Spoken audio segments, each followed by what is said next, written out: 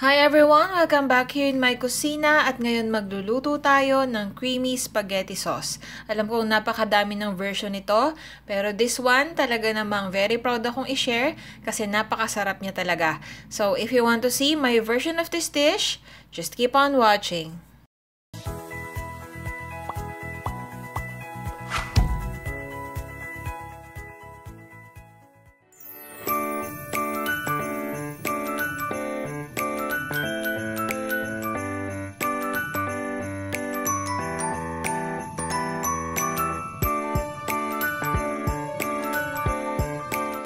Welcome back guys! Bago tayo magluto, gusto ko lang i-welcome lahat ng bago nating subscribers. If you want to check out my previous videos, i-click nyo lang yung My Kusina icon sa lower left ng ating screen at i-direct na kayo doon sa homepage ng My Kusina. Maraming salamat ulit at ngayon naman, magluto na tayo. For the ingredients, meron ako ditong 250 grams or 1/4 kilo ng ground pork liver at kasama nito yung 500 gram ng ground pork. And then, meron ako ditong 1 medium size ng carrot, ginadgad ko lang yan, at 1 medium size ng white onion. I-chop natin siya. Kailangan din natin ng chopped garlic. And also, kailangan natin ng ilang piraso ng kamatis. Bali, i-chop din natin to.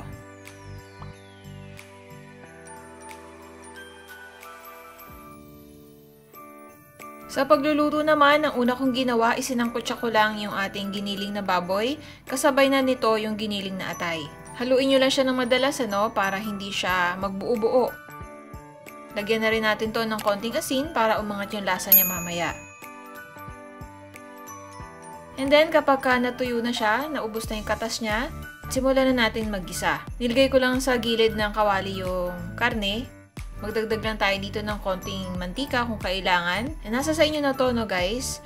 At simulan na natin maggisa. Inilagay ko na yung bawang.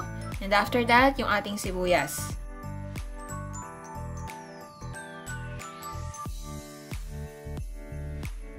At kapag nagbago na ng kulay yung ating sibuyas, ilagay na natin yung ating carrot. Lutuin lang natin to hanggang sa medyo malata siya ng konti, After nyan, isunod na natin yung kamatis.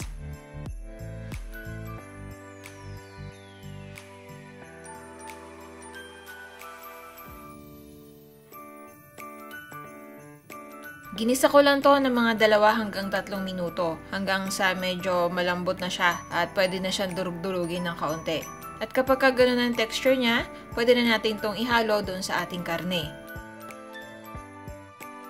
Now, para magsama-samang maigi yung kanyang lasa, iginisa ko pa siya for another minute.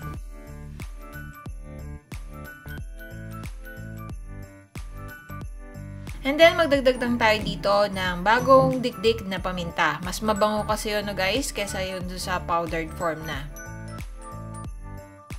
At syempre, kailangan natin maglagay ng spaghetti sauce. Bali, 500 grams to.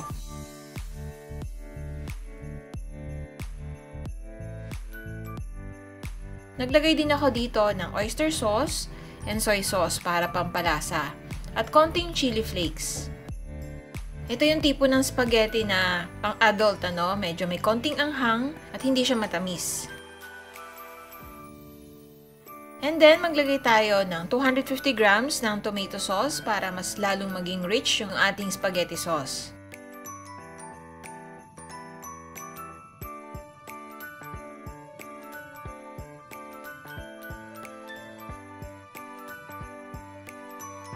Tikman din natin siya at kung kailangan, pwede kayong magdagdag pa ng mga pampalasa.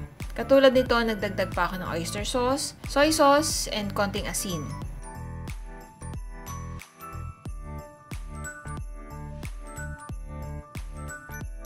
At para magkaroon siya ng special aroma, naglagay ako dito ng konting oregano leaves. Pwede rin kayo maglagay dito ng chopped basil.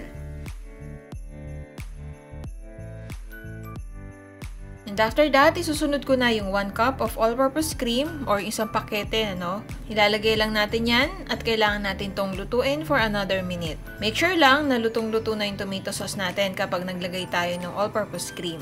Same dun sa ating karne. Mas maigi na lutong-luto siya para maiwasan natin yung mga sinasakitan ng tiyan. At dahil sa all-purpose cream, medyo pumusyaw yung kulay ng ating spaghetti sauce. That's why naglagay ako dito ng konting paprika para sa kulay niya at magkaroon siya ng konting anghang.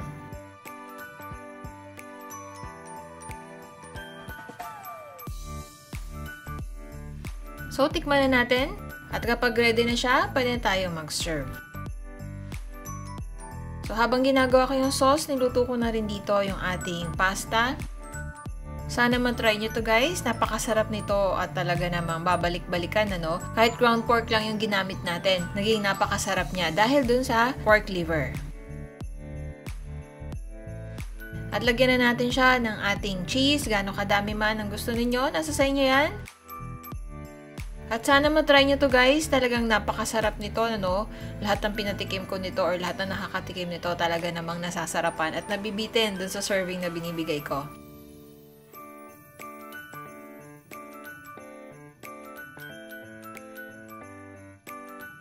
And so that's it. I hope I was able to share something good and helpful. If you have request dishes, just comment it down below and I'll try my best to cook it for you.